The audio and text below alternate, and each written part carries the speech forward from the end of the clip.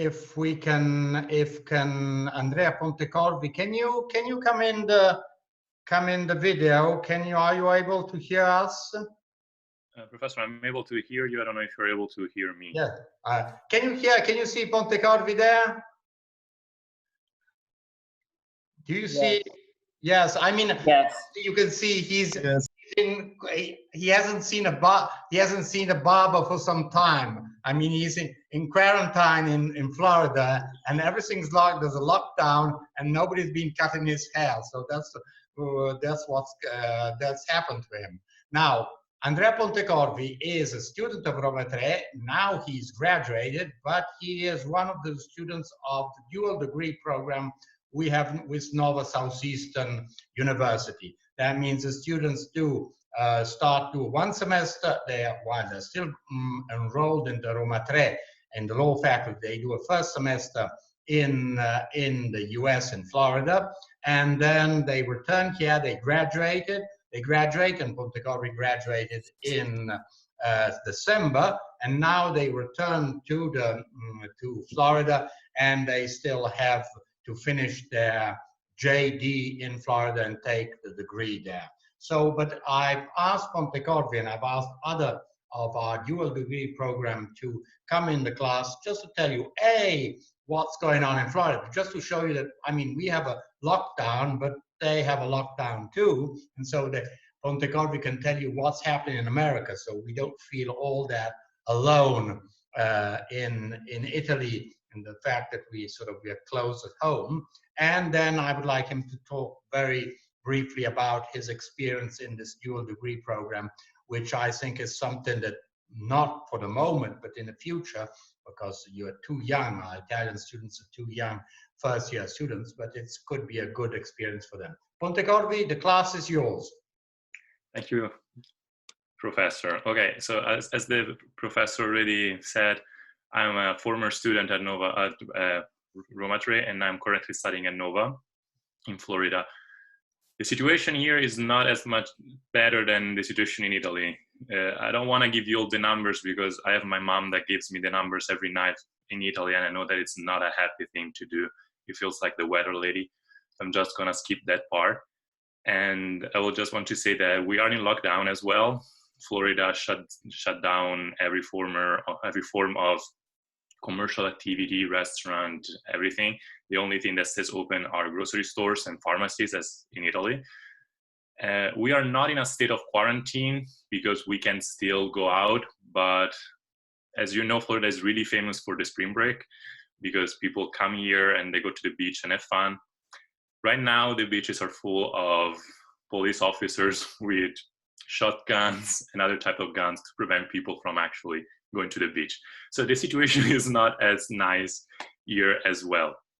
The university has closed as well. We are taking classes on Zoom as well. And now we're discussing on how to take finals because there is an entire situation here based on anonymity. So there is an issue on how to perform and to let students take finals. And we are most likely graduating online as well because I am plan to graduate in May, and as of now we will probably use, I don't know, probably WhatsApp to graduate.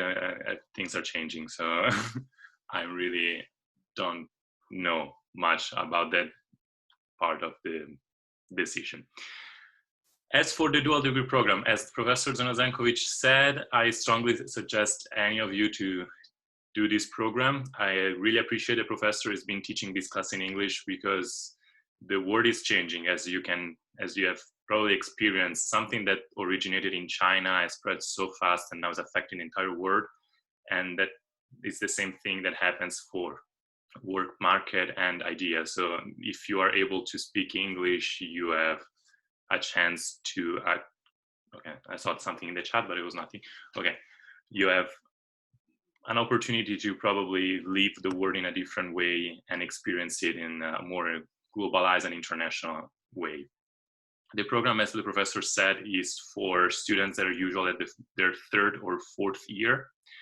So you have to have 180 credits, I think, if the guideline did not change.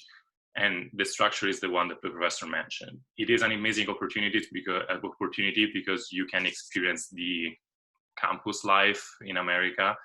That is usually you are used to see it in movies and stuff, and it feels like a movie at times, but also because the approach here is completely different, and it takes away that feeling of alienation that usually students feel in Italy at one point.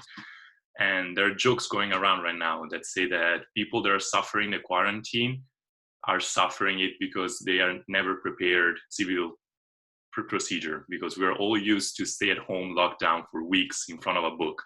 For us, it's almost normal not to see the sunlight for a long period of time when we have to prepare for an exam. And I know that that feeling can become overwhelming, and this American experience can help with that, because the approach here is completely practical. So you can, while you study, usually you work, and you have all these opportunities to meet judges, to meet lawyers. It's a really different environment where you can feel and experience that you can do so much because there are the opportunities and you have the capabilities. And that is something else that I wanted to tell you, because I know that after high school, some students tend to want to be independent, free, and they want to get rid of the high school experience and be their own person. But to live the university life is something that you will never get back, and it's something that you should take advantage of. Roma Tre offers so many experiences, so many opportunities that, I don't know what's happening. Nothing. No, I can hear you. Offers so many opportunities that you should take advantage of, because there are once in a lifetime experience. I know of many competition, international competitions, seminars, classes, this program. There are all ways that you can use to live the university experience in a unique way. This was basically I had my little outline here, and I think that I hit all the points. Okay. Thank you a lot, Pontecorvi. I just want to tell, Pontecorvi doesn't say, didn't say anything about himself, but as I was together with Professor Spitz-Miller, we follow the program and we see what's going on with our students, Roma Tre students in Nova Southeast. And I just want to tell you, if anybody is somehow afraid and says, well, this is how are we going to manage with this highly competitive US educational system? I tell you, Pontecorvi is one of the best students in the whole of Nova. I mean, because when you come from Roma Tre, I can assure you, and you arrive there after 3-4 years at Roma Tre, you have a very strong background, and you are quite able to tackle all the difficulties, also the psychological difficulties, because as you know, and if you don't know, I'm telling you, Italians do it better. But also the fact that also how to learn what you learn, I tell you, it's having background, and Pontecorvi now has graduated and has done 5 years of university at Roma Tre, and has all the instruments like his colleagues, their Italian colleagues there, to perform very, very well and to excel also in a highly competitive academic environment like the US one. So thanks a lot to Pontecorvi, and good luck to you. And we all do hope. Yes, I see. You can say something more, Pontecorvi. Go ahead. I just wanted to add one last thing. If anyone wants to contact me with regard to the dual degree program, I would leave my email in the chat, so you can, if anyone wants to ask any question, I know about the visa process, whatever, I'm here, I can help you with that. And listen to Professor Zeno-Zencovich when he says that Italians do it better, because his reputation is also strong at Nova, and everyone knows that he's one of the toughest professors. They actually make fun of us about Professor Zeno-Zencovich, and they threaten us to call him when we do something bad. So if you are acing his class, you are more than qualified to join this program. That's all. Okay. Thanks a lot to Pontecorvi. Good prosecution of your continuation of your lockdown in Florida, and good luck to you, the continuation of your studies. And we'll get back to other of your colleagues of the dual degree program, and we hope to have them guests in our global legal studies class. Thanks a lot, and Professor, goodbye. And all my greetings to all the staff in Nova. Okay, now we can go back to the lesson. This was just to give you the idea that that the Roma Tre community is a large community, and you find Roma Tre students all in other. Now we have this dramatic situation, but generally, originally what I was thinking of having connections with our students are Roma Tre students who are in Shanghai or are in Australia or are in New York or in Washington State, just to show you that this community is a very international community, and therefore I think it's an occasion. This global legal studies program is also an occasion to give you the idea that this year, these first 2-3 years, you have to be there, but then you can start flying, open your wings and go in other countries and learn not only other legal systems, but also other ways of living the law, learning and living the law. Now, let's go back to today's, now let's see if I can manage to get back to our slides. Okay, now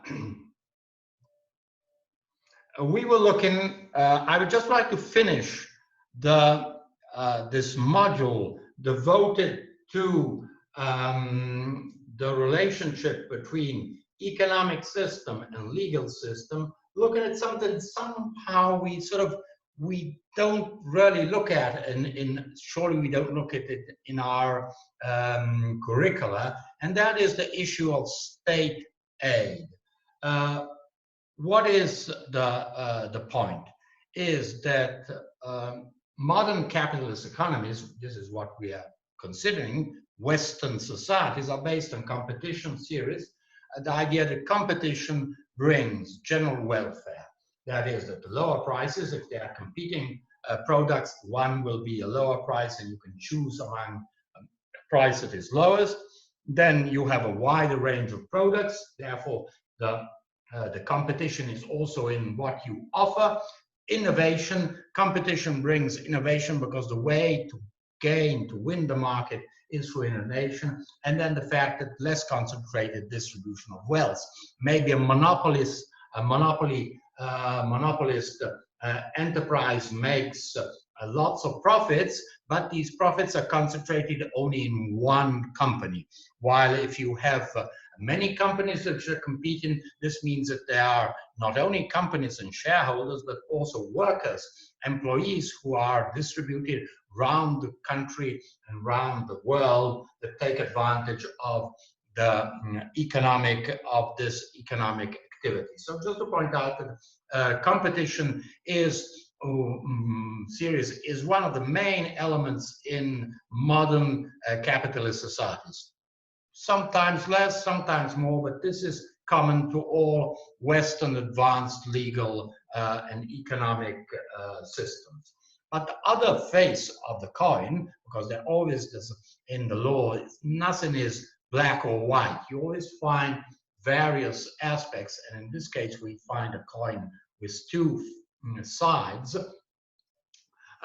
is state aid.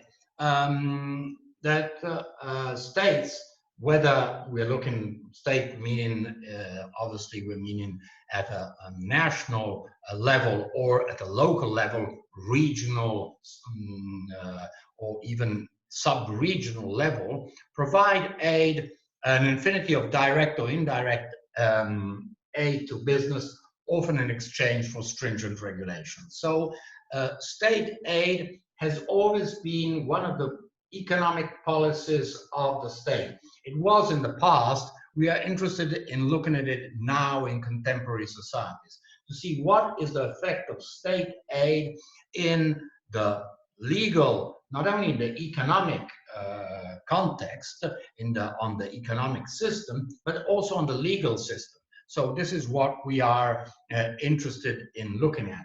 Also because it is a highly complex area of the law, and where there's lots of business, lots of activity for lawyers that are expert in how to obtain state aid are enter in a very complex area, which is very profitable both for their clients and for themselves. So just to point out, this is something, a perspective that cannot be ignored. So what are the typical forms of state aid? Grants, money is given to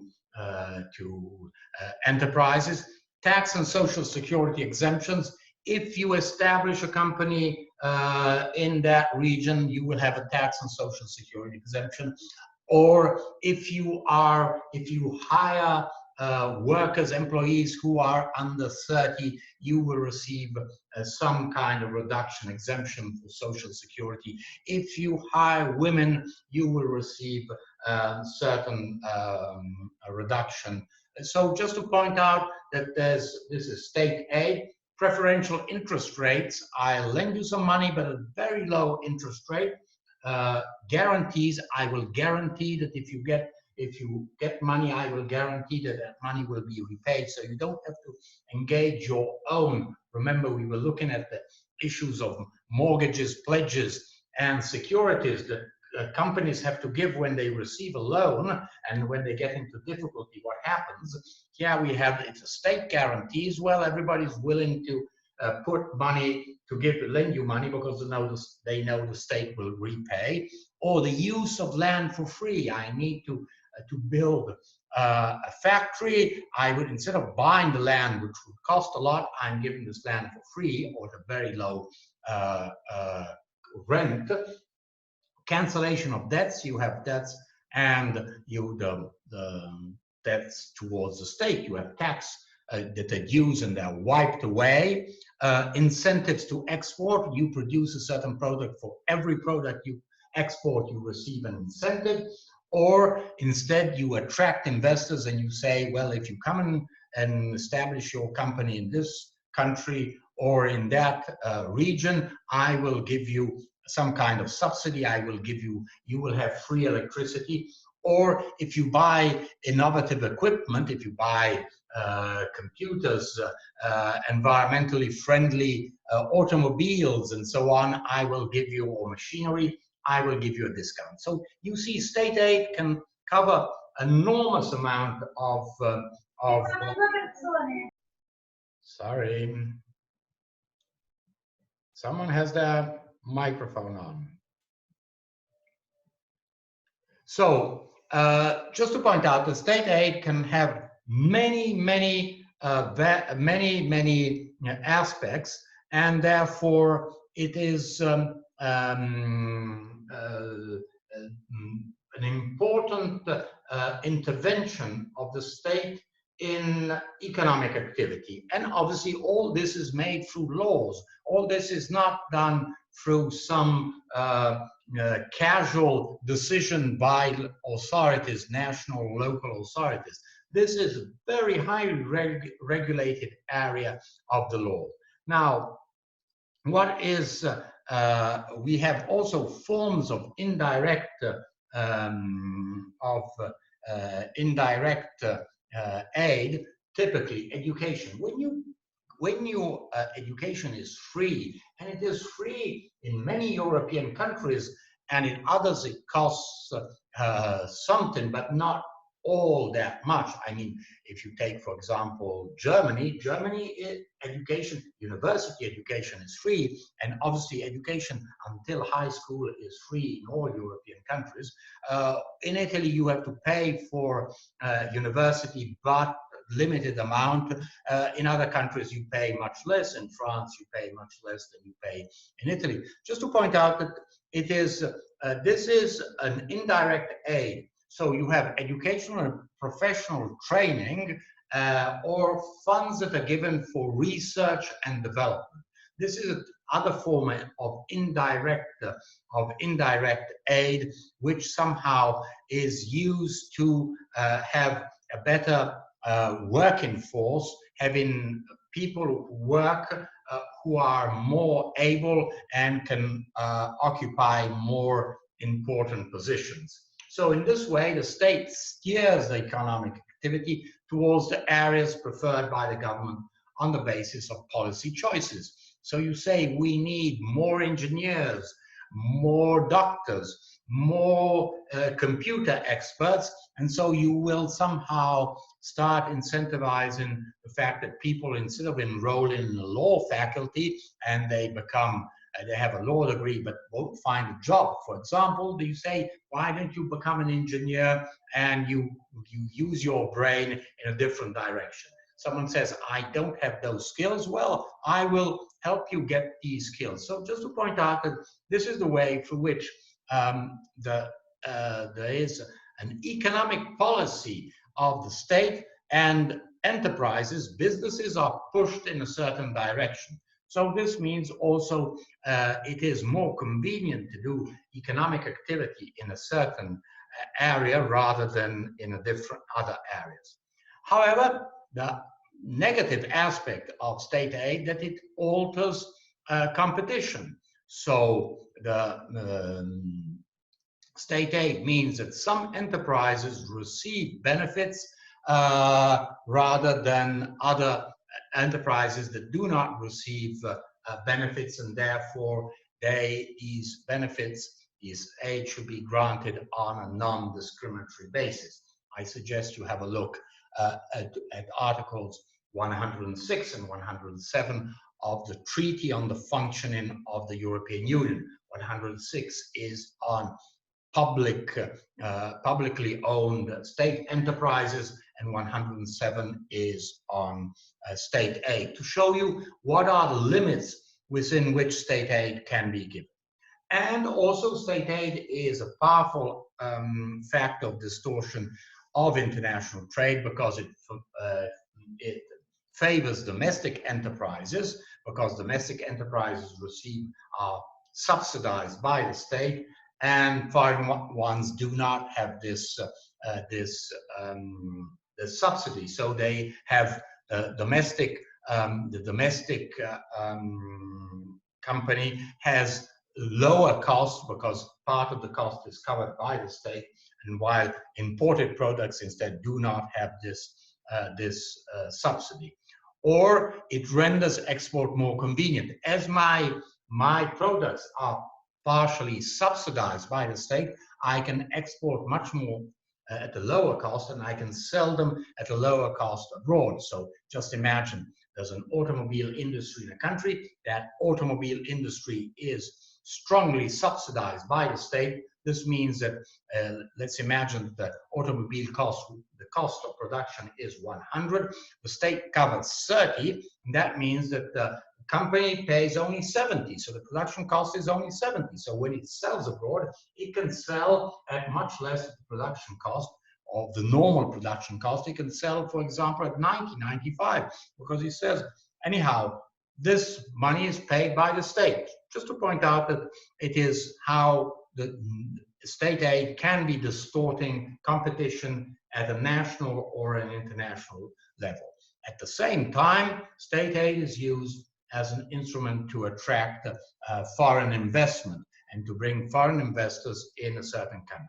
Now, why did I mention state aid here? Because we are talking of some of the, not the only ones, but some of the legal instruments through which a system intervenes in the economic system, and it somehow tries to direct the economic system. So again, just to repeat it once more, the economic system influences the legal system influences the economic system. And here we see that state aid follows policy directives.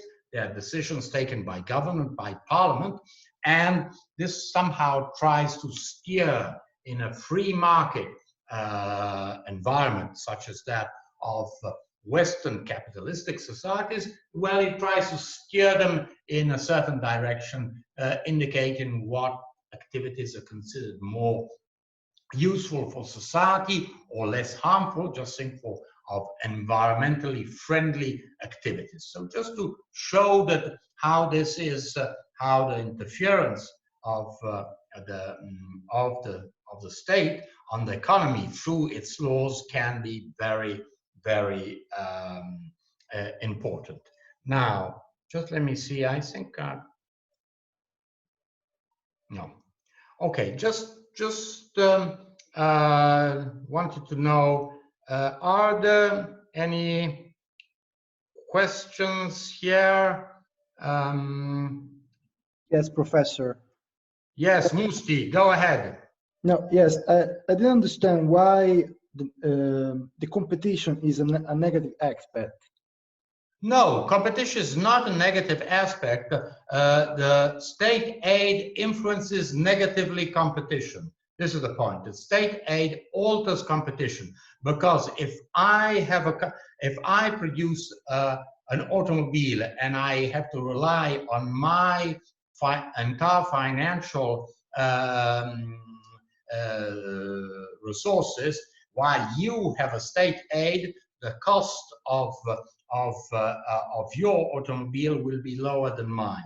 And so state aid alters competition. However, we see that state aid is something that is commonly done. Surely nobody has anything against the fact that education should be, at least in Europe, should be mostly free and without cost, because we feel that this brings a benefit for the whole society. So you can't start looking at university as the university were an enterprise and seeing, does it have a balance sheet, does it have make profits? No, it is making a social profit, having good graduates. So no, maybe I didn't express myself clearly. Competition has many advantages: lower prices, wider variety and range of products, that means choice by consumers, innovation, and distribution of wealth. So it surely has certain positive aspects,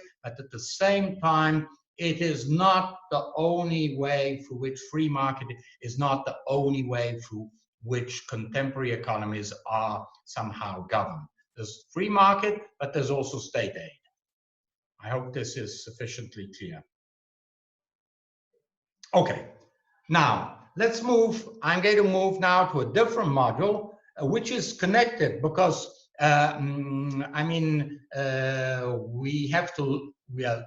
what I'm trying to do is show you what are the main building blocks of a legal system, and surely that which are mostly related to the economy are an important part of the building, not the only elements of the building, but an important part of the building. Now we're going to move on to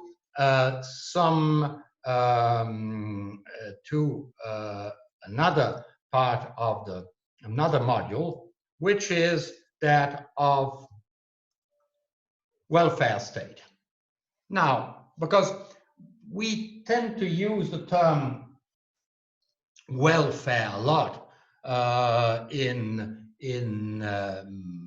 outside, even when one is not in an English context, one uses welfare quite commonly. I just like to focus and look at the sort of three definitions that we find on two English dictionaries and one American dictionary, Oxford and Cambridge, and the Merriam-Webster dictionary. So just to see what we mean by welfare state.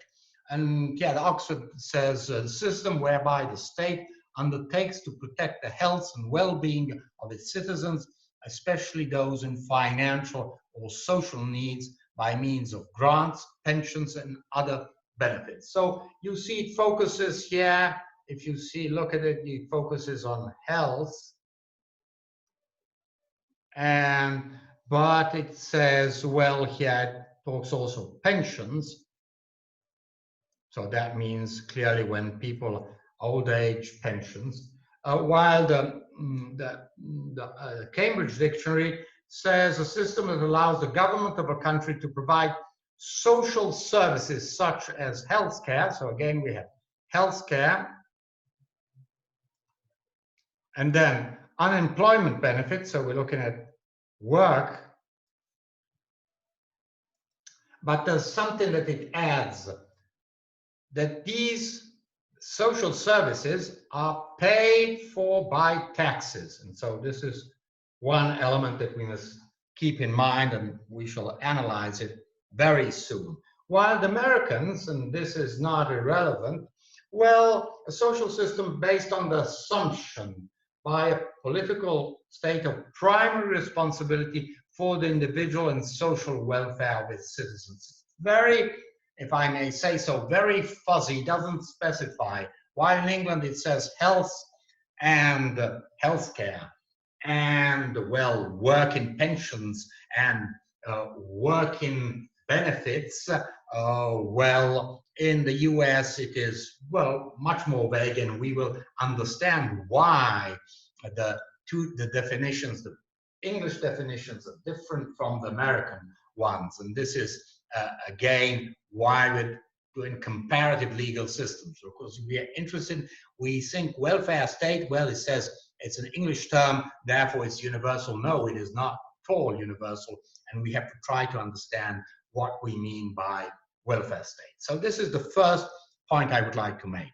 Now, where does it start?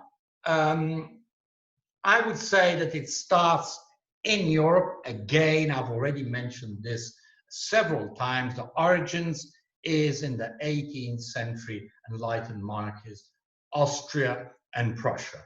This is, I mean, the origin of many aspects of the state start there, the mid of the 18th century. Clearly not in France, which was under rather was the opposite of enlightened monarchy. Here we see Maria Theresa of Austria, her husband Leopold of Tuscany, and Frederick the Great and his successor, Frederick II of King of Prussia, the idea that the sovereign and obviously of the state is to provide basic services for population. What are the basic services that at that time were unknown, which were not provided by the state? The state did not provide this. This was left to generally to religious institutions in Catholic countries, or to somehow such as Austria, or to private private institutions, mainly education and healthcare. So what we see that until the 18th century, education, well, if someone wanted to learn well, especially when we're talking of children, primary school and so on, well, they had to go, there was religious education, religious institutions, or there were some charitable institutions. There was nothing like what we have now, that the state provides education to a certain level to all its citizens. And at the same time, healthcare, and you must think of the sort of the difficulty of obtaining healthcare in the 18th century. Medicine was still at the primitive stage. So enlightened monarchies said, no, this is the duty of the state, is to provide these basic services. So slowly we have public schools, public hospitals that are growing and become more and more important. And they are providing welfare, education, and health. So the basic elements of a welfare state are already there in the 18th century. Now, what happens? Let's do a big jump over to the 19th century. And as you may remember, around the middle of the 19th century, we had the emergence of socialist theories and political movements. Karl Marx, but not only Marx, because he was obviously the most important socialist leader and the founder of the socialist movement, but also there were other theorists of socialism and political activists. What does this socialist movement bring into how does it change our societies, mostly our European societies? It brings the role not only of left-wing of socialist parties, which will eventually enter in parliament and then have a role in parliament, but one of the main, most important roles is that is the creation of trade unions. That is organizations of workers who are there, who united fight to obtain better wages and better working conditions. And so this is, the fact is, we set aside wages, which is a typical contractual aspect, and we will set aside the issue of collective bargaining. We shall see this later. And what we are interested in is instead the fact of working conditions. And so gradually, what do we have in Europe? And this is really a revolution in Europe. It changes the shape of Europe, of its society, and means enormous amount in the development, of the social development of European countries. Gradual introduction of social security for workers. Clearly, it is a limited part of the population, but you must also consider that we are still in a phase of industrial revolution. So there's an enormous amount of workers, of skilled and non-skilled laborers who receive gradual social security. What are the social security? Compensation for injury or death on the workplace. Clearly, in industries, industrial revolution means that there are factories, mechanical machines. These are dangerous for workers. Often workers are damaged or are killed, suffer damage, injuries, or are killed by these machineries. This leaves obviously widows, children, orphans, and so how do you somehow help these families in distress? And so this is one first element. Sick pay. What happens when you are when the worker is sick?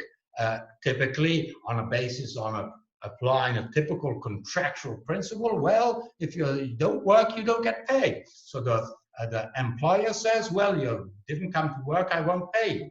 Then obviously we have holidays. Do you have the right for holidays and for paid holidays, maternity leave, pension allowances? So these aspects, which now we see as fundamental of our welfare state, well, they start being developed in the late 19th century and gradually grow in their expansion, their application, and also in the way through which they are financed. So this is the first point I would like to make, is that all this does not come out of, out of the blue. The welfare state is also the result of, we would call it a class struggle, looking at it from an ideological point of view, but it is a very strong political movement that starts from the working class and then ends in a political movement, political parties, and obviously expand in voting rights.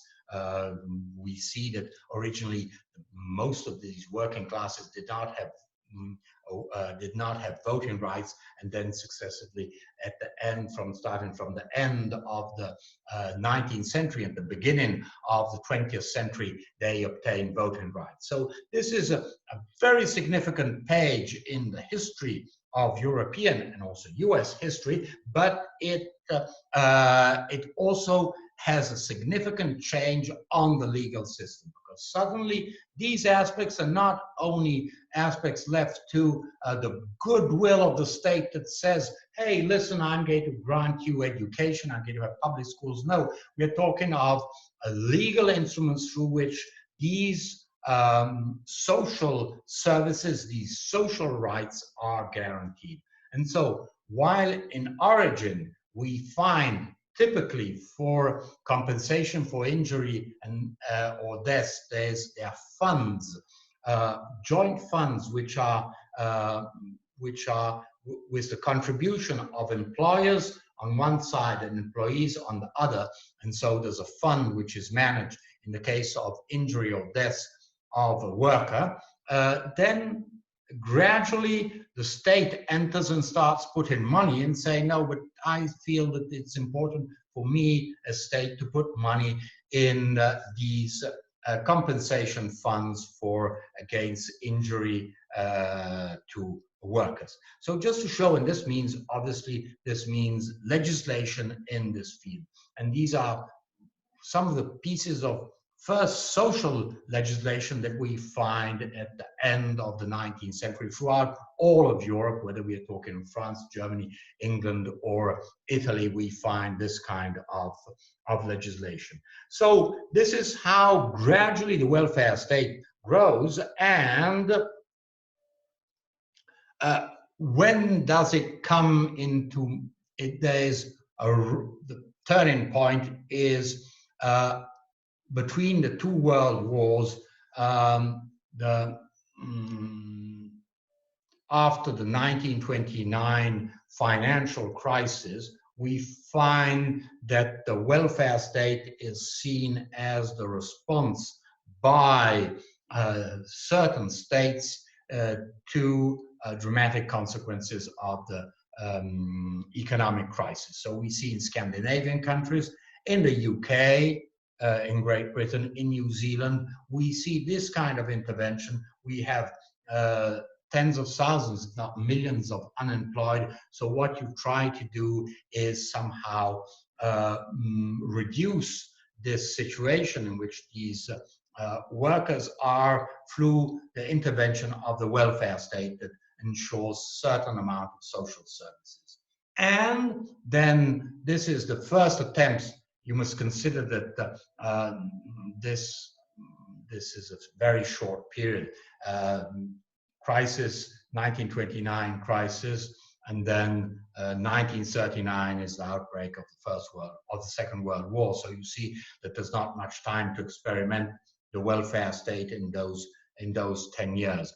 But after the Second World War, we see that the welfare state becomes a characterization of social democrat governments. So whether we are talking of social democrats in Germany, or we are talking of labor in Great Britain, or similar movements in other European countries, well, we see that this is when we have these governments enter, become a majority and obtain majority in parliament and government, this becomes a typical push towards welfare state, because their constituents, the voters, are obviously people who are in need of these social services. And if we look at this, and from strictly, we've seen up till now mostly social and economic movements, but let's look at it from a legal point of view. If we look at the post-war constitutions, typically the Italian and the German constitutions, which are a model for many European constitutions, which will be enacted after, we see that these have a very clear social inspiration. If you Italian students have studied the recently public law and Italian constitution, know very well that there are a whole lot of social rights inside the constitution. We have seen, when we're looking at fundamental rights, how the European Charter of Fundamental Rights has the third generation rights, which are mostly social rights: protection of workers in various forms, protection of elderly people, of children, of people with a handicap, And so just to show you that these become gradually more and more, constitutions become careful to protect social rights. And finally, if we want to look at the European Union and we look at the Lisbon Treaty, the Lisbon Treaty states that the European Union is surely a competitive free trade market, but it is a social market economy. Now, social market economy seems to be somehow an oxymoron, two terms that are a contradiction, but the whole idea is that there's a market economy that is a free market, but at the same time, this free market has to take into account social needs, social services. So, and this is typically European. We interested in seeing how this model, this continental European model, which is also partly significantly British too, well, how if it is common to other parts of the world, typically in the US, and what is the comparison between the European model and the US model. Now, let's look, and these are the aspects that I would like to analyze in these today's lesson and also next week's lessons. Expression of the welfare state are, at least if we look at this from a European perspective, if we were in the US, we would not say this, because we will see that the welfare state notion is much less deployed in the US, as we've seen from the definition of the Merriam-Webster American English Dictionary. Taxation, social services and security, labor and industrial relations. So what we're going to try and do in this module is look at these three aspects, look at them from a comparative perspective, and seeing how they characterize a legal system. To what extent the legal system is marked by its tax system, the level of social security and services, and the labor legislation and the industrial relations. So these are very clearly, they're very much related to economic factors, to social aspects, but also to legal aspects. Taxation is a part of law. It is not something that should be ignored by a lawyer. Any lawyer needs to know taxation law, because otherwise, I mean, he or she is giving up, saying, well, I don't understand about taxes. A lawyer that doesn't understand about taxes is not doing, this is like a doctor who said, well, I'm not, so that I don't understand anything about sort of orthopedics or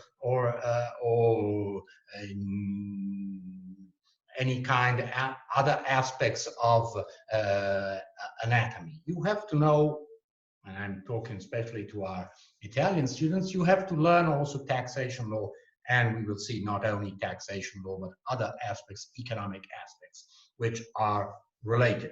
So let's move on to taxation. Nobody likes paying taxes, that's for sure, but if you if a lawyer doesn't know what taxation law, the lawyer is not able to advise correctly his or her clients, or to understand what is the best way to do business and to somehow pay a little bit less taxes than what otherwise, if you are ignorant of taxation law, you would have to pay. So this is taxation. Now let's look at, so we start moving into taxation. I'll try to make it not too technical, and to make it also to show you what is the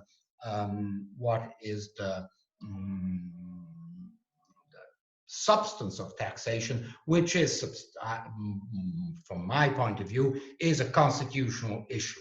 So if we care about the Constitution, we have to care also about taxation, especially in a welfare state. So we know, and I've mentioned this several times, that just to be sure, sorry.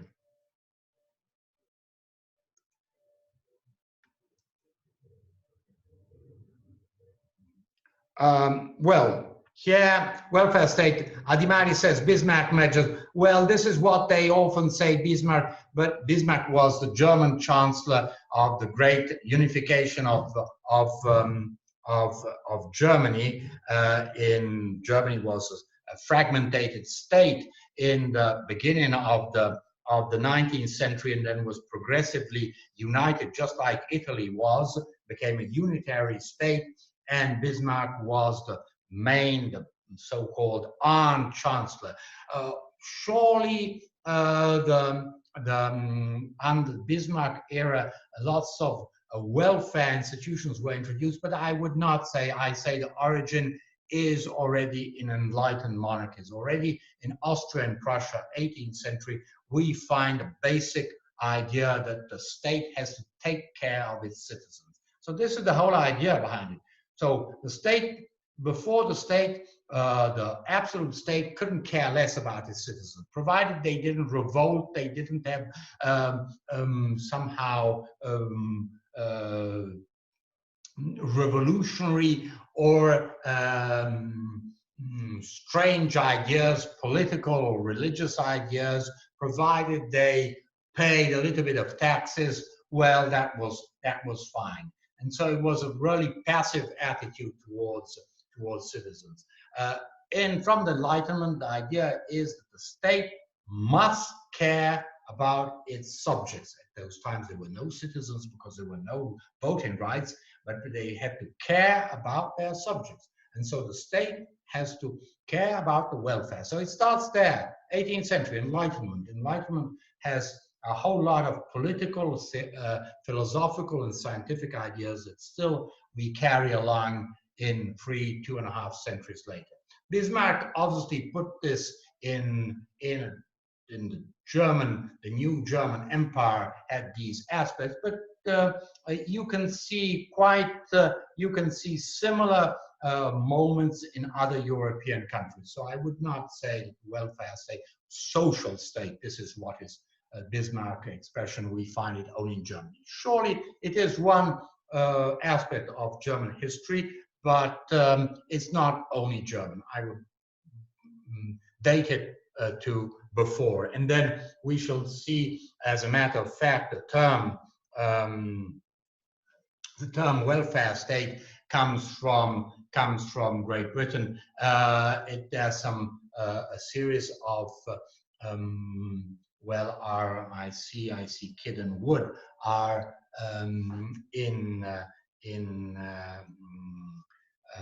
online, and we have. Let's see if I can do a sorry. Let me see the black. No, not. Well, I'll write it here in the chat.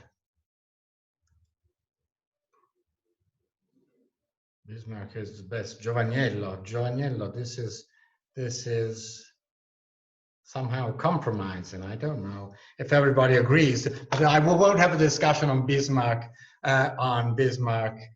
in this. We are not having, this is a law class and not a history class, so we're not going to decide who are sort of the top people in history, if you prefer Napoleon or you prefer Bismarck or so. But I just point out in our British students will recognize. No, sorry. No, I don't want to do.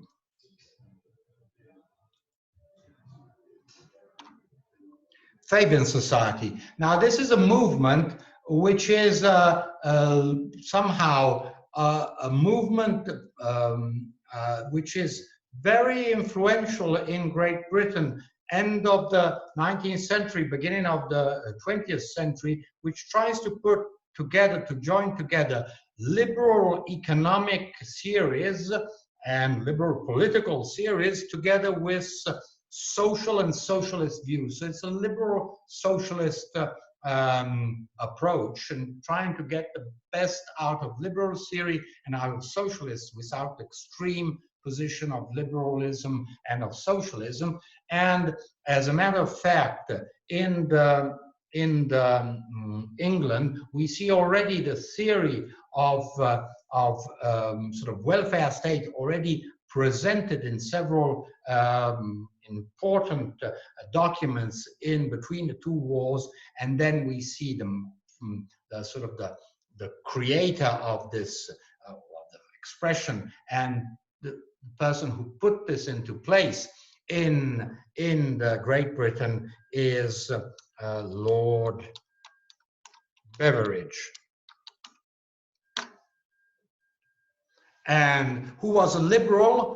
He was an economist. He was a liberal, but obviously he was a liberal with a very social and socialist attention towards social issues. And therefore, the term welfare state, when we use the term welfare state, we use this in this notion that was very clearly expressed by thinkers, theorists, and politicians. Lord Beveridge was obviously also an economist, but also a politician in Great Britain. So obviously we have a mix. Here we have Northern European ideas, Scandinavia. We have British ideas, and then obviously we have also a whole lot of continental European ideas that join together in creating this notion of welfare state. Now let me go back to the slides. So we've seen many times, I've mentioned to you that the state, when the state is born 5,000 years ago, what does he do? The sovereign arms an army, has police to control public order within his land, and then collects taxes. So if you don't collect taxes, you obviously don't exist. I mean, you have no revenue, you have no money. So what are you doing if you can't impose taxes and collect taxes? So this is one of the main elements of sovereignty. The fact of being able to impose and collect taxes. And originally, these taxes are used for the sovereign itself. So the sovereign is significantly extracts money from the people who are paying money. Just remember the slide on Robin Hood and King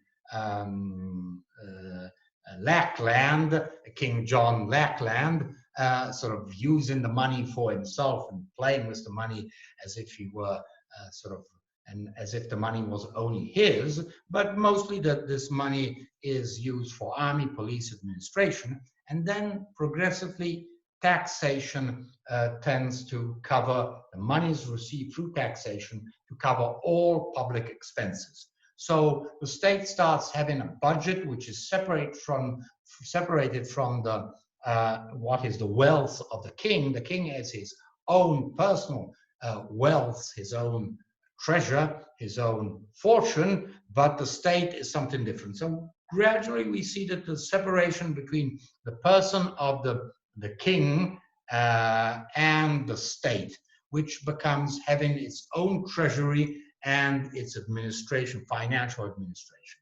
Now, what is one of the turning points we see in the 18th century, this fundamental philosophical and political theory author Thomas Hobbes, and most importantly his masterpiece in the field of political theory, Leviathan, and in which the system is that there is what Hobbes' idea is that there is a social contract between the sovereign and his subjects. So clearly you see that, I mean, this is a legal construction. It says there's a sovereign and his subjects are have a contract. Obviously, it is not a contract, a private law contract. It's a public law contract.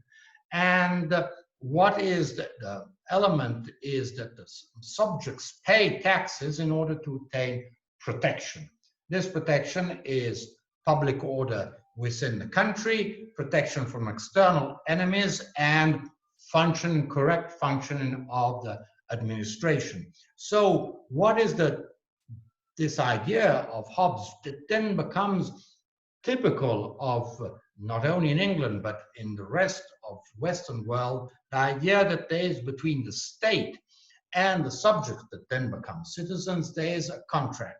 And therefore, there are obligations on both sides. Citizens have the obligation to obey the law and obviously pay taxes. And on the other side, the state has obligation towards the citizen to protect them from whatever ill that can happen, physical ill, but also think of health, and then provide services. Gradually, the obligations of the state grow and grow and grow. So, if we look at the origin of taxation, the origin of modern ideas behind taxation, we see that the fact of taxes, payment of taxes, is related to your political status. If you pay taxes, you have political rights and you have a status. So the fact is, if you do not pay taxes, you do not have any position. But if you pay taxes, you have the right to have certain obligations fulfilled towards you by the state. So this is this contractual idea of the relationship between the state and citizens passes through taxation. Taxation is seen as fundamental element of the relationship between the state and its subjects. Now, just let me see. Okay.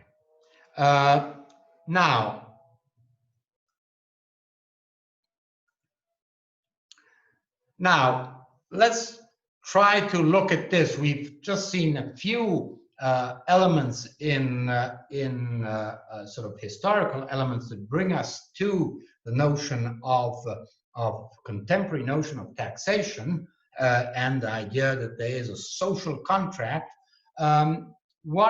Let's look at contemporary societies, contemporary democratic societies. So we have three aspects that I would like to, that are obviously all connected, one with the other. The first is political. Political in its proper sense, which relates to the polis, to the town, to citizenships. Citizens vote, obviously, on the basis of preferences towards a party, towards a candidate, but also in function of the taxation policies they prefer.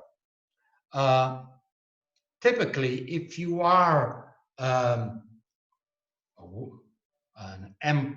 employee and you have a fixed income, you will favor those political parties and those positions that have, say, well, taxation should be of a certain kind, it should not, but especially we want to broaden social services.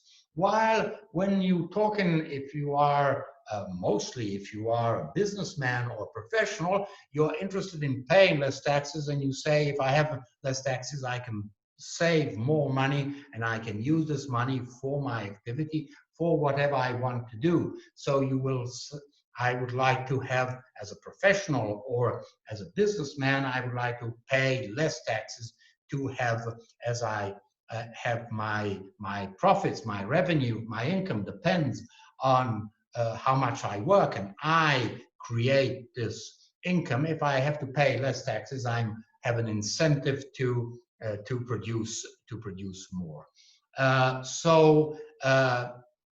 Political parties which address themselves to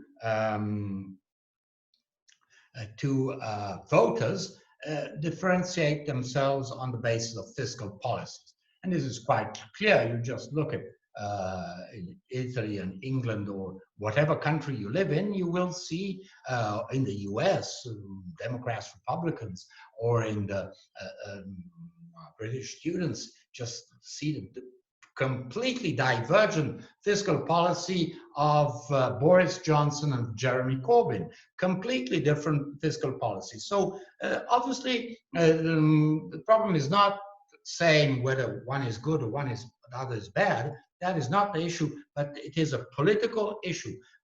Taxation and tax laws, that is pieces of legislation, are typically have a political meaning in the sense that they favor or disfavor certain groups and certain parts of society. So just to point out that this is a political aspect that we cannot forget about taxation, but because Thomas Hobbes has explained this to us, it is at the base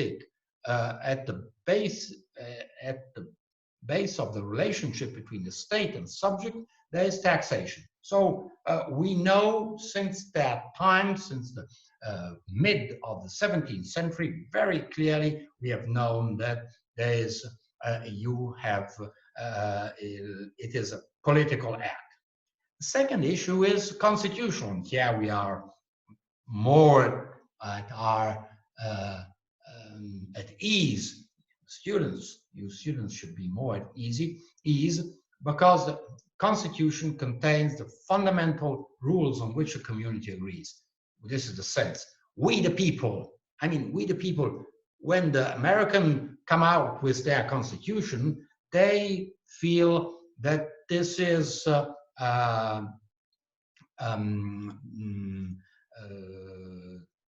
these are the fundamental rules on which they agree, on which the state should work.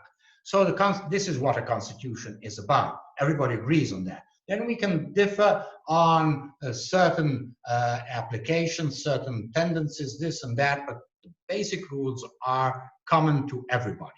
So the taxation model is one of the essential components.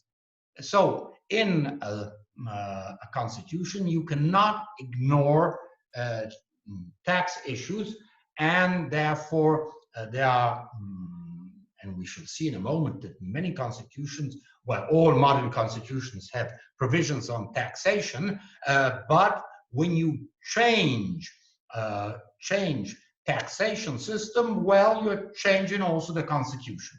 Just to point out that why it's so important from a constitutional point of view. Taxation is not simply a technical issue that you just have to, oh, I have to pay taxes, whatever taxes they are, and it is a very unpleasant, it's as if you had to do a vaccination, oh, but I have to do it. No, it has to do with constitution. And so as we are interested, and we feel the constitutional law is very important in any democratic system, well, we better know what is the relationship between taxation and constitution, and knowing that every time that the taxation system is changed, well, also our constitution somehow, not completely changed, but it goes in one direction rather than a different direction. Then I want to bring another further element, the third phase, that must be considered. And this is very important for our Italian students who will be studying this next year, the issue of public finance. Public finance is substantially the fact of, well, the economic rules that apply to the state, to the state's economy. So if you have to understand how a state is run and how it works, contemporary state, today's state, I mean, the whole conflict we're having today in these days on the economic aid against the coronavirus pandemic, and this conflict between certain countries that feel that this aid should follow a certain model, the European mechanism of stability, or that the European Union should issue some bonds that is simply borrowing money. It is a public finance issue. One cannot understand contemporary states and how they work if one is not familiar with basic rules of public finance. You are a lawyer. Well, this has to do very much with the law. Clearly, the rules are economic, how you make a state budget. We are typically economic rules, accounting rules, but there are political rules and constitutional rules. And so what is the point? What is the main question we have in public finance? Where do the resources come from? Where do the monies come from to pay pensions, healthcare, infrastructures, public education, unemployment benefits, assistance to handicapped persons, and so on? So where do they come from? Where does this money come from? Which is a political issue. It is an accounting issue, but it is obviously a legal issue because you need laws. You can't just do it like that without entering, establishing laws that somehow say who must pay. And then where do these monies go? Do they go in one direction or in another direction? Should they go towards strengthen external security? When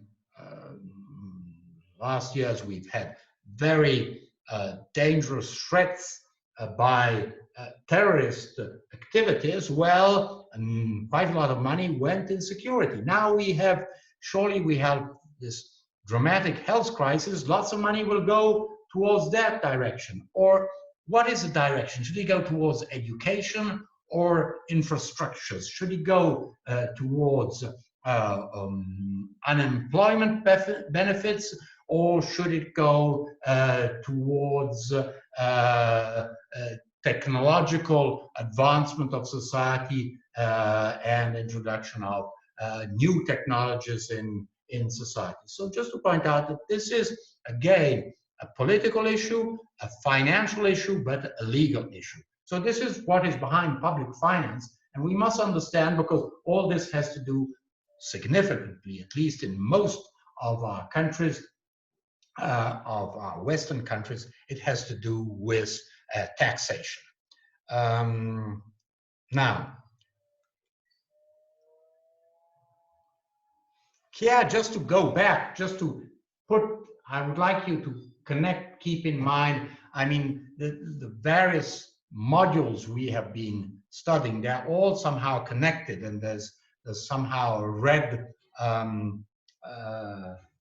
line that connects them, a red thread that connects the various parts of the program. When we started looking at the Magna Carta of 1215, what was one of the basic principles that was set? Go back to the slides we've seen, saying, listen, you, King John, and all your successors, well, you're not going to, we're going to control your taxation, how you ask for taxes, and we want to also to see where you're going to put these taxes. And therefore, well, exactly, we don't want the Sheriff of Nottingham. We want to control and be sure that how the money is asked and where it goes to. And if you look at go back at the slides of the English Bill of Rights of 1689, you find in that Bill of Rights specific principles on that King William accepts, saying, I will ask for taxes only with the consent of Parliament. So the role of Parliament in setting taxes and how taxes should be established. And here, this is very important. We see that taxation and the principles we've seen in the US, in the English Bill of Rights, were very clear to the American colonial settlers, because one of the reasons why the American Revolution started were tax reasons. there's always somehow, if you want, there's sort of the, the match that that lights the fire. And if someone of you have remember some know something about the American Revolution, but now let me just go on. Let me go back to the chat. Just let's send a message here. Maybe you will remember.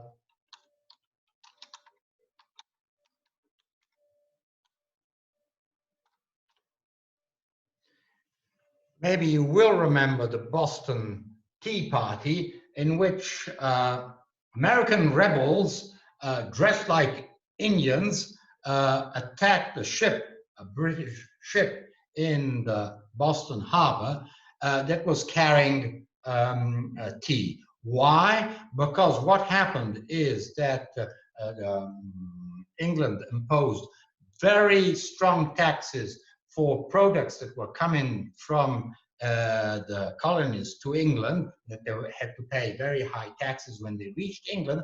And when products arrived from England to the Americas, well, to the colonies, they had to pay very high taxes. And tea was among some of those products that had to pay many taxes. And the colonial, the American colonials felt that this was somehow unfair, having to pay very high taxes for products that were coming from their motherland.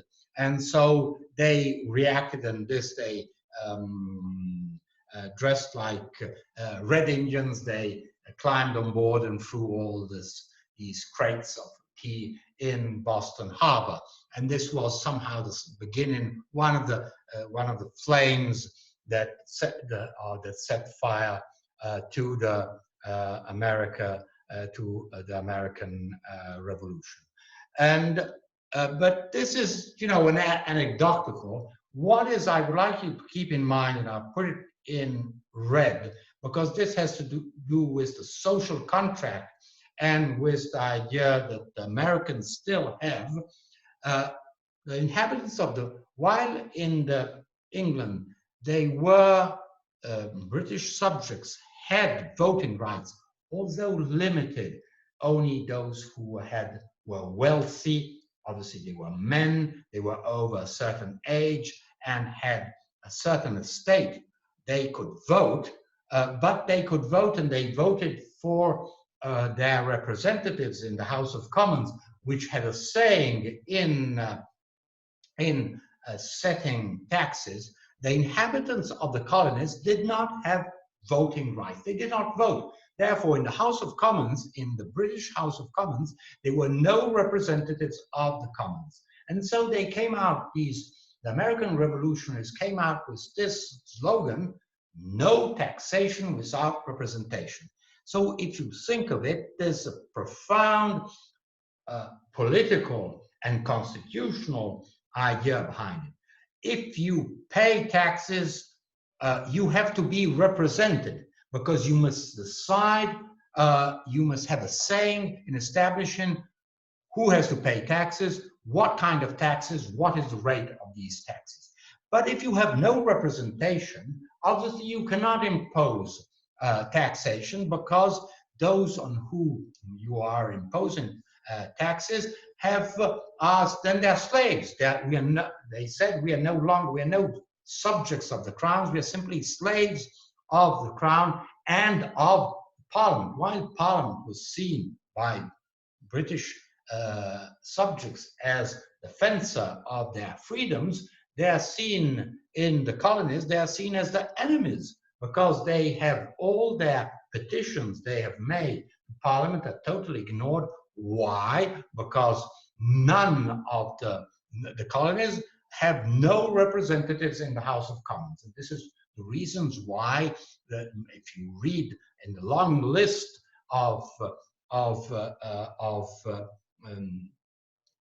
complaints that are contained in the Declaration of Independence, is not only against the king, the various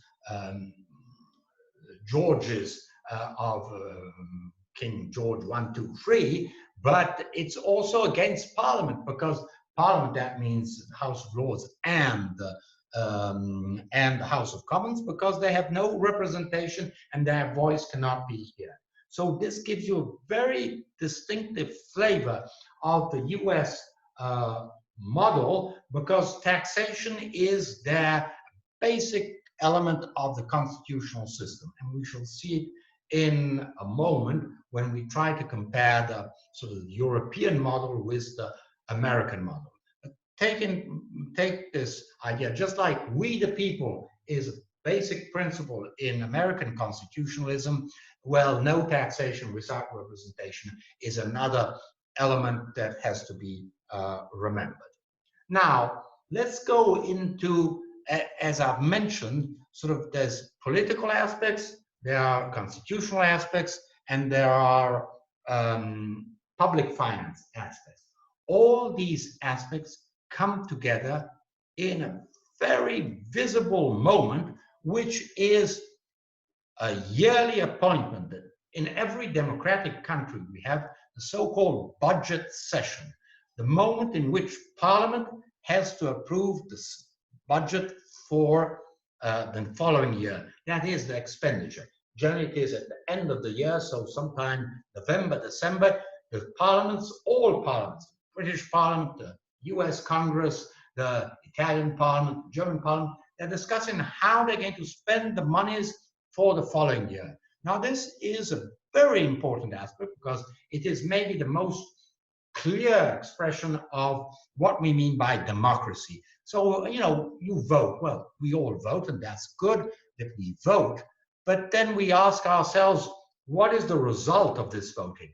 We can see year by year what is the result of this vote by looking, if we can understand it, and as lawyers we must understand it, what is the annual budget? What goes in the budget session? What is discussed? What are the, how is the money going to be collected?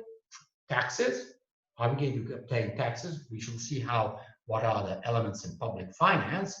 Or shall we, are we going to, and how are we going to spend this money? Who are they going to go to, this money? Now, clearly the budget that was made at the end of 2019 for 2020s will be completely transformed, because monies we had allocated for certain expenses now have to be allocated necessarily for healthcare.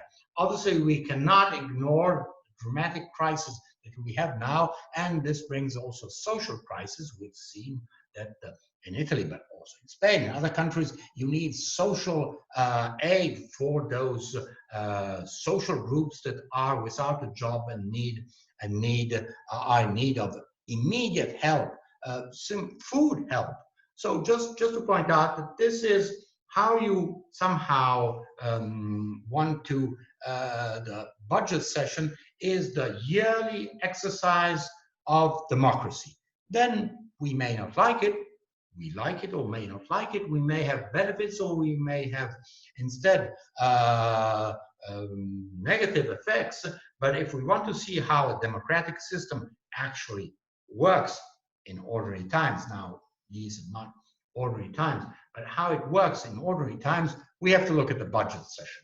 We see what interests are actually taken care of, the environment rather than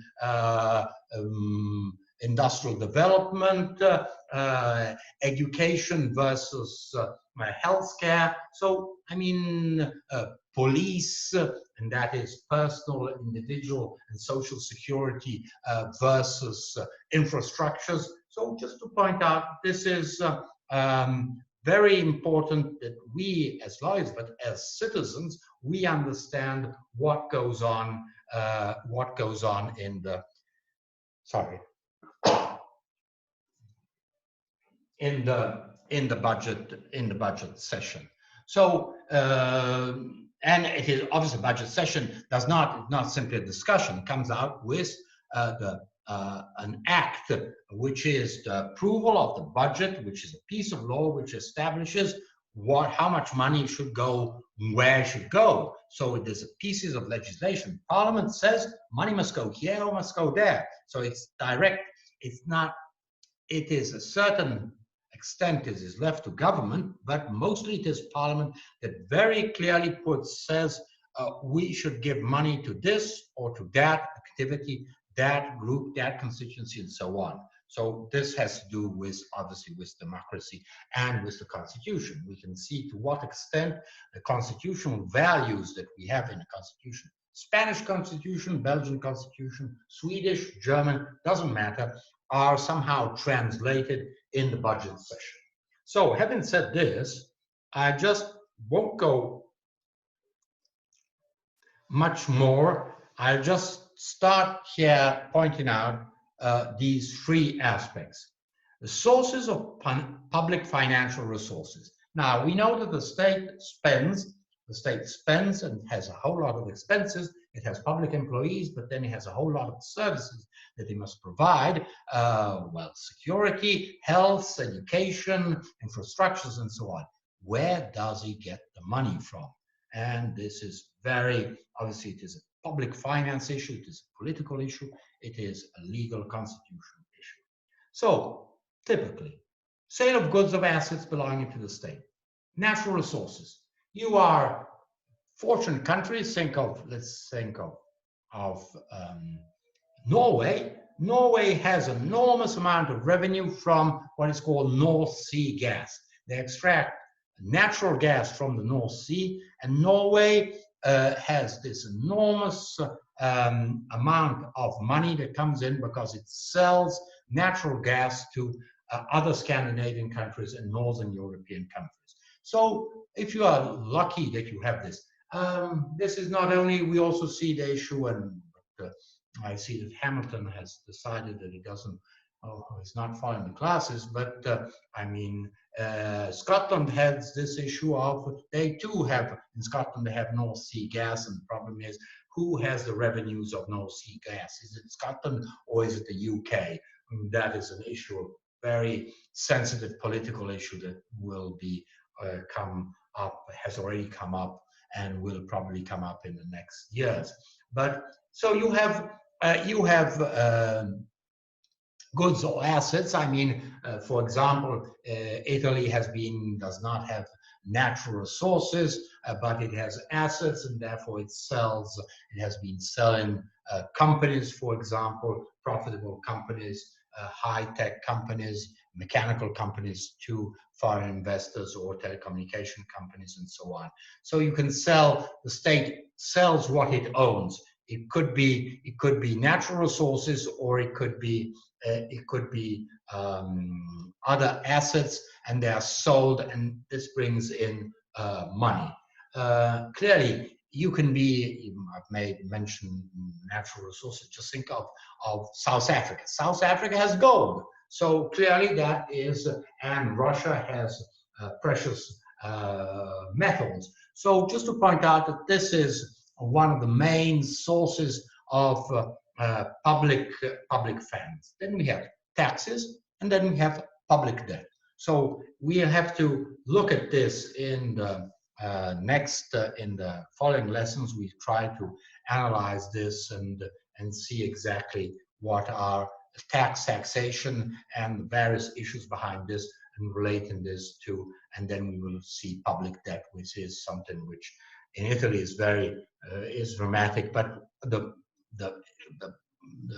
discussions that we have within the European Union between certain countries, typically Southern European countries and Northern European countries, has to do with public debt. So it is a very actual and present day issue.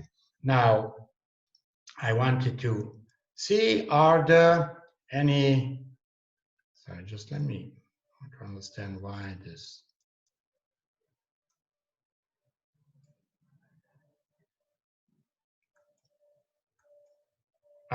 Now, Adimari says, recently I read something about nudge theory. Is a form of welfare? No. Nudge is. Now, this is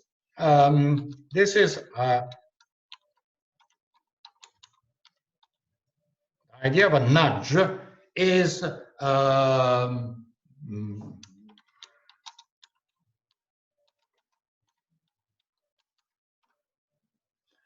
Cass Sunstein. He's a professor of law, of constitutional law in the University of Chicago.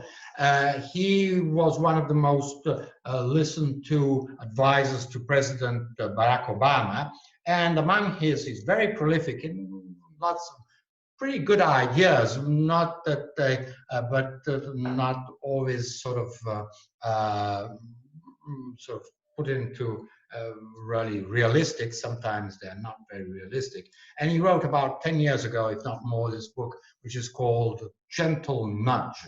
And so the idea that between a state which imposes, takes decisions for you, and which is seen as the European model, where the state somehow, the welfare state somehow, that somehow follows citizens from cradle to grave and tells them exactly what they should do. The state should instead have a gentle nudge, so somehow direct citizens in a certain way. And this has not to do with the welfare state, but with somehow directing citizens without obliging them to do this, but somehow suggesting they do something because it is in their own interest. I would suggest, anybody, you look at the, if you want to, you look at the gentle nudge, and you'll see a summary on Wikipedia, obviously, of Cass Sunstein's book, but it is typically used today when we look at artificial intelligence in making up sort of individual choices. Take, for example, let's take, when you go on Amazon and you choose a product, you find a gentle nudge saying, but if you've chosen this product, other people have chosen these other related products, which is a gentle nudge. They're encouraging you to buy also these other products. This is quite inoffensive and doesn't create any problem. When we look at artificial intelligence applied to social choices, individual and social choices, take, for example, algorithm which does somehow suggest that if you have a certain family background, you come from a certain part of the country, you have a certain income, you have done certain kind of schools, you should not do, well, say medical school or engineering, but you have more chances if you do, you go in for some other kind of activity, or you don't go to university. So it is, we see that this kind of gentle nudge often is used in a predictive way, in sort of the suggesting that citizens should do this or that. So when you apply this nudge to artificial intelligence, well, it's somehow directing citizens in one way rather than another. So just to point out that this is not, has not to do with the welfare state. Any other questions on this issue that we've seen until now? Fabian society. Okay. Now, please, I don't have time to just go. I mean, go on. I mean, I apologize if I'm rather I simplify. Just go on, Google it, Fabian society, and you'll find a description. These are intellectuals, English intellectuals, that put together the notion of liberal notion, that is a liberal economy and a liberal political environment, which means liberal freedoms, freedom of speech, of assembly, of association, and obviously with social and socialist views, that is trade unions, protection of workers and of workers' rights, and of social benefits, instruction, health, and after work benefits. What has this to do with taxation? Obviously, this has to do with taxation because this is paid through taxation. We shall see, but we shall see it in the next lesson, we shall see the notion of redistribution. Taxation as a form of redistribution of wealth. So taxation is in many countries, mostly continental, continental European countries, it's a form of redistribution of wealth. I'm wealthy, you are less wealthy. Monies are taken from me through taxes in order to provide services that you, those who are less wealthy, would not be able to afford. So this has very much to do with Fabian theory, because it has to do with obviously taxation, how taxation, an efficient taxation system should work to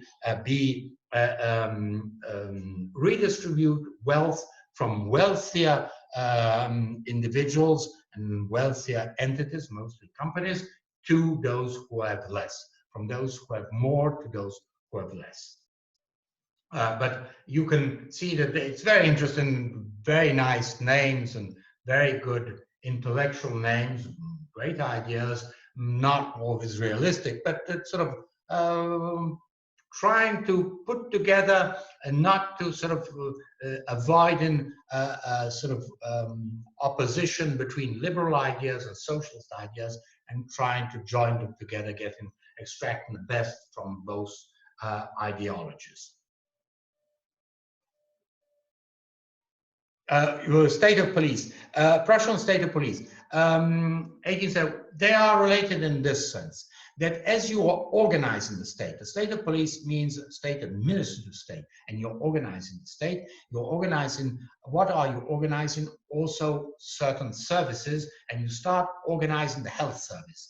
And so you start recruiting doctors, and you start establishing what are the sort of how you enter into the public health system, and you organize the public health system in a very strong administrative way. So you have public hospitals, doctors are civil servants, they are public employees, and they follow a sort of typical administrative system. If we go in any hospital, we see that in Europe, hospitals are public institutions, and there's a hierarchy among who commands and who decides what should be done and what shouldn't be done, and how the work is done. So it has very much to do with the notion of police state, that is police state, administrative state, a state which is based on administration. But the great change is that we are not only looking at how the administration for the state itself, what the state is organizing for itself, but how the state organizes services for its subjects. And therefore, two basic elements in the 18th century are health, public hospitals, and education, public schools. And obviously, there's administration and pyramid in education and healthcare, which starts in the 18th century.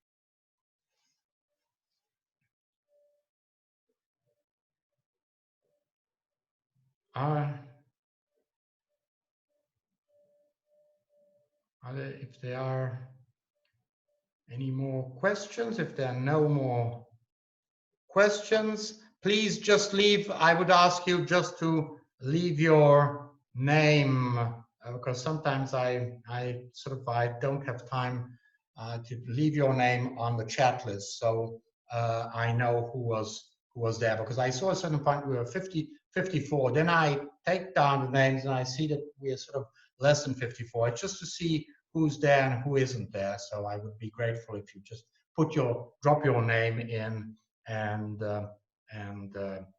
so we can I just to know and who.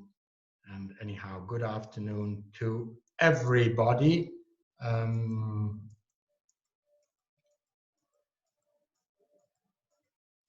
Okay.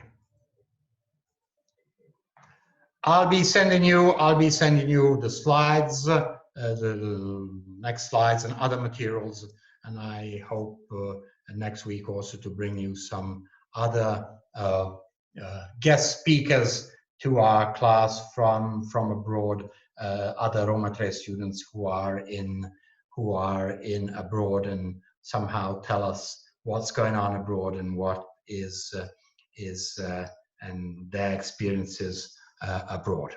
So good afternoon to everybody, and see you next Monday.